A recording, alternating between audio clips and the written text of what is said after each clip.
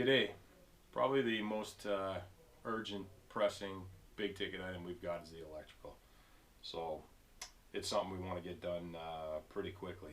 So I'm beginning to design it now. I'll put all the parts together so it's something that I can assemble and install rather quickly.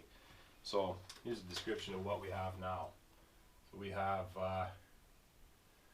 4 batteries. They're called GC2 is the type of battery that we have. That stands for golf cart because they are 6-volt golf cart batteries. GC2, 6-volt, 232 amp hours. So this is what is existing. Now they're wired in series to give us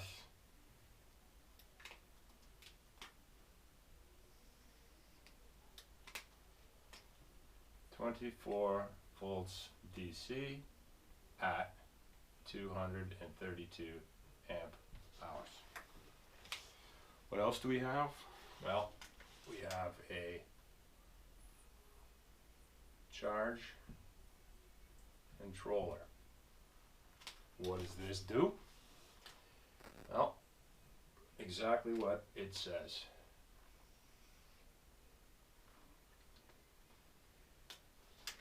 It takes the 2 solar panels that are mounted on the roof, takes the electricity from these 2 solar panels and brings it down to the voltage to match the charging of the battery bank. The other piece that we have here is as follows. Well, let's do this.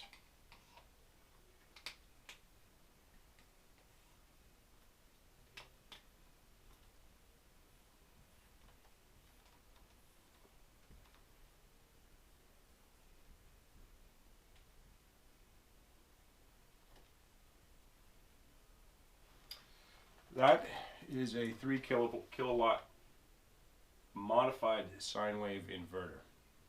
So you might think, yeah, 3 kilowatts, that's great. Should be able to run, well, pretty much almost anything with the exception of a electric stove, a dryer, an air conditioner, any of those big 240 volt appliances. But you'd think for a cabin, no problem. Well, here's what I found out. Is that a modified sine wave, as opposed to a pure sine wave, looks like this.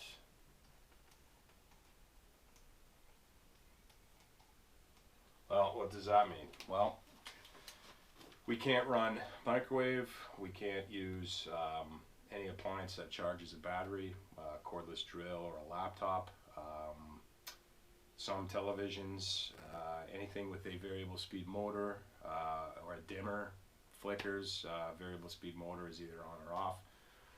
That's the problem with it. Well, why would someone want to buy something like this? Well, it's all down to cost. So it's much more cost effective to use something like this. So what I'm going to do is I'm going to take this out. I'll sell it on Kijiji. Perhaps someone who's got a work camp or a hunt camp or something like that will be able to benefit from it. I'm going to replace the charge controller with something bigger. Why? Well, the charge controller that we've got maxes out at 30 volts, and I forget the current rating on it, but the current rating is also limiting. I need something that will not only meet our anticipated needs, which are greater than what the current system allows for, but something that we can easily expand upon in future.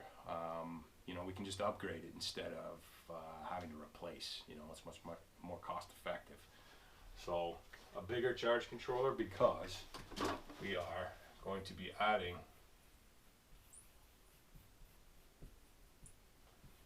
four more panels. So I would like to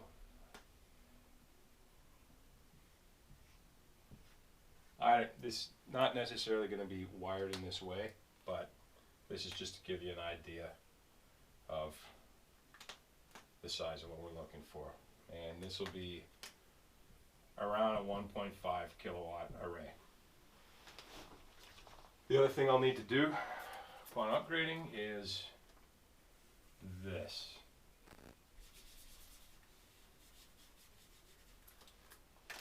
4 more GC2 batteries.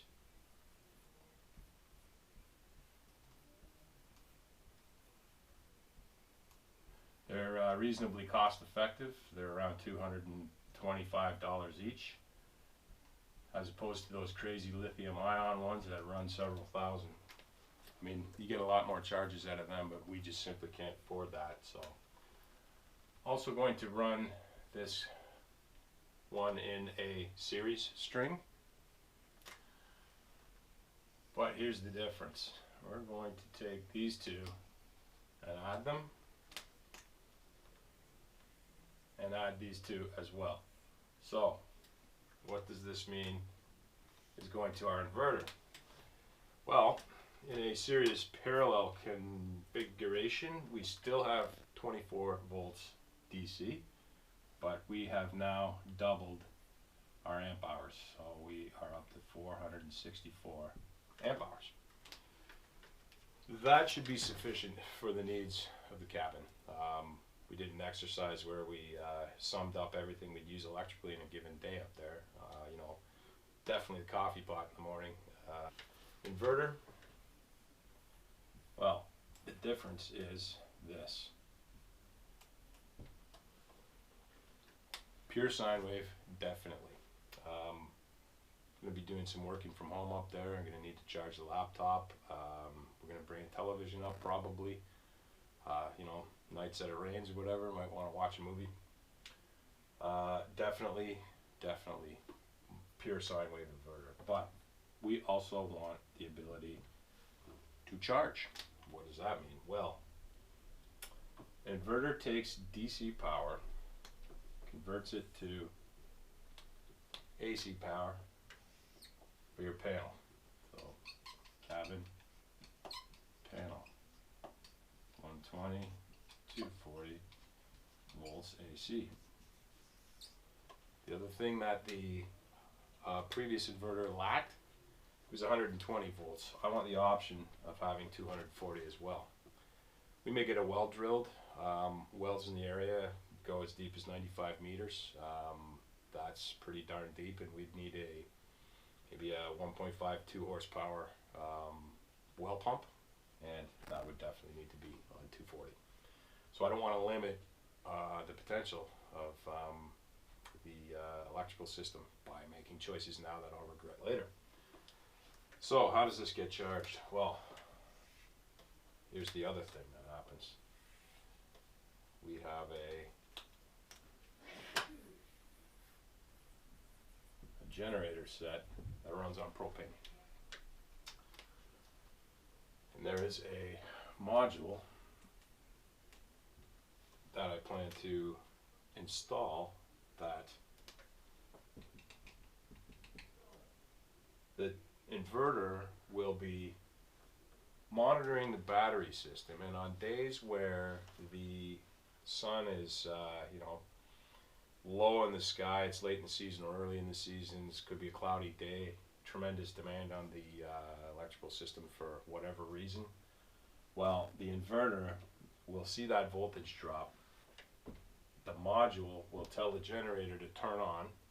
The generator will then bring power to the inverter, which will convert the AC power to DC, charging the batteries, and the cabin won't even notice the difference. The inverter will take care of that. Instead of the power coming from that, it'll come from the generator.